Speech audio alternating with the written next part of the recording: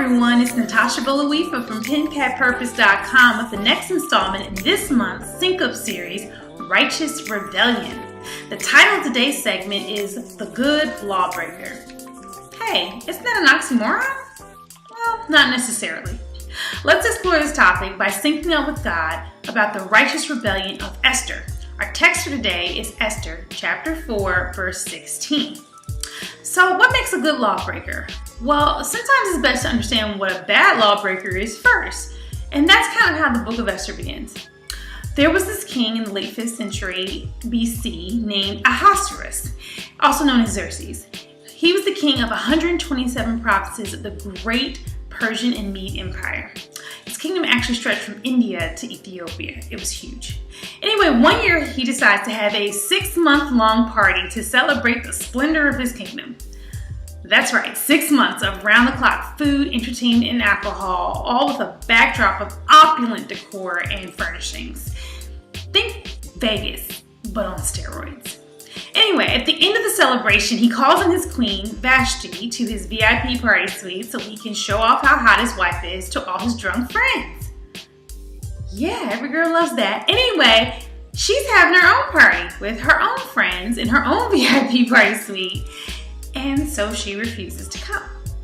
Now, the Bible doesn't get into the details about why she says no exactly, but I would guess from the clues in the narrative that Vashti could have possibly felt disrespected by being summoned to leave her friends in a party that she actually planned and prepared and was hosting, just to be dragged off with the whim of her husband to be paraded around a room full of men for the benefit of her husband's ego.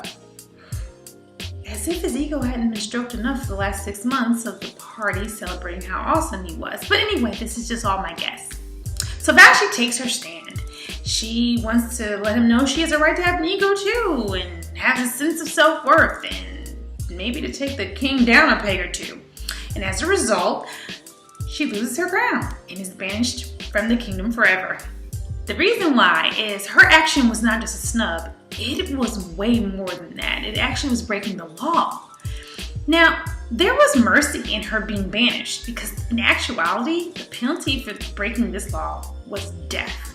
So now the king is without a queen, right? And his advisors are telling him, yeah, you know what you should do, buddy? Yeah, go out, take all the young pretty girls from all the provinces from their homes.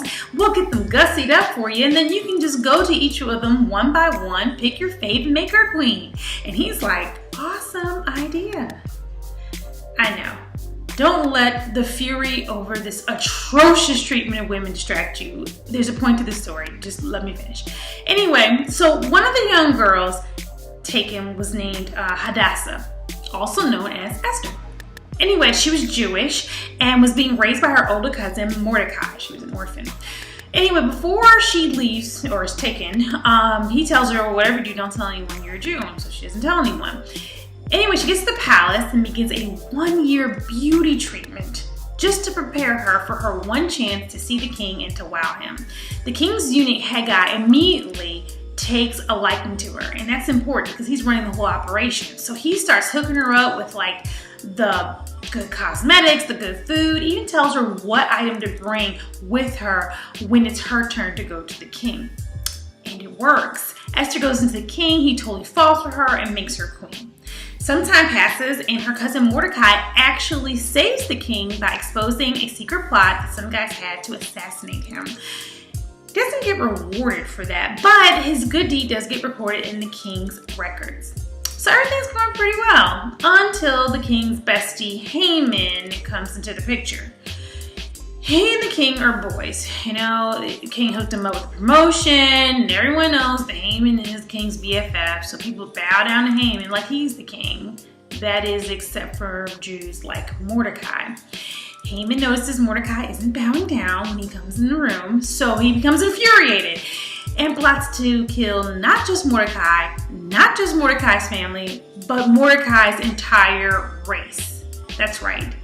All the Jews from all 127 provinces.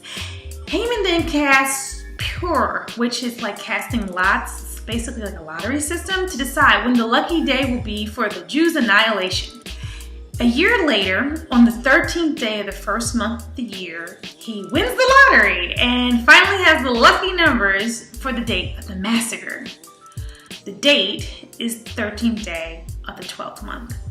So he runs to his buddy the king and tells him, hey, there's these certain people in the province that I want to kill at the end of the year. Are you cool with that? And he's like, yeah, do what you want. In fact, sign my name to it. Use my Royal Pony Express to send the message to the whole kingdom about it. So Haman writes it up, stamps the king's ring on it, and sends the couriers out with the news about this upcoming massacre. Then they go grab a beer.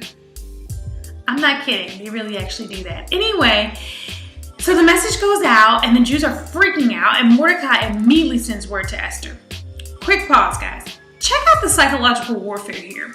This message goes out the first month of the year, telling everyone that the massacre is going to happen in the 12th month of the year. Now you may be thinking, great, they'll have time to get away. Where?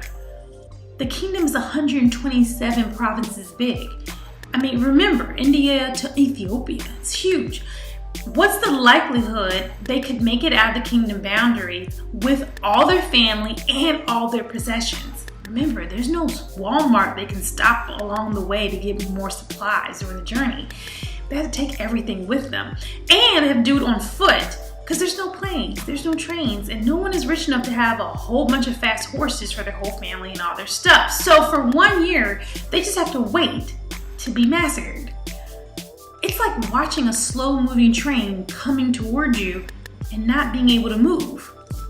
For a year. Crazy.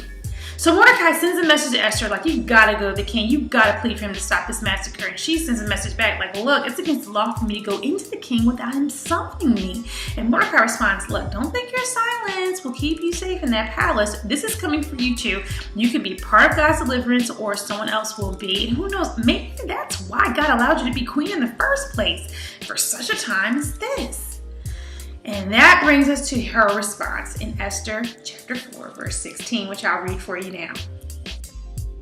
Go, gather all the Jews to be found in Susa and hold a fast on my behalf, and do not eat or drink for 3 days, night or day.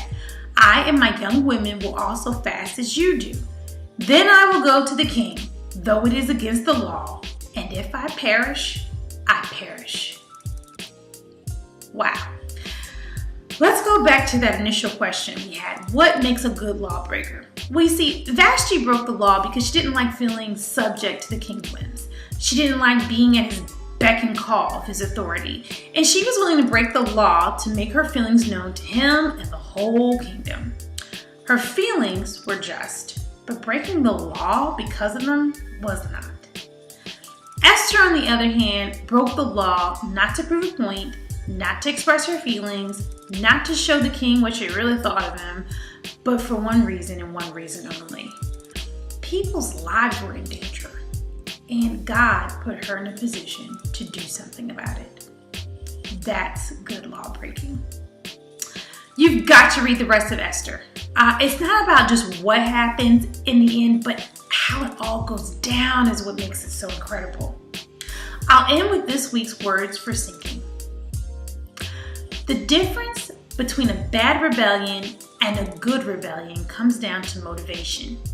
Is it about taking a stand for your right to have an ego? Or is it about taking a stand for someone else's right to live?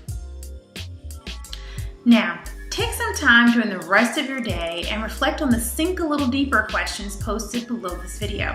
And don't be shy, be heard. Share your reflections by posting a comment. Well, that's all for today. Until next time, remember, do justice, love mercy, and walk humbly. Bye for now, everyone.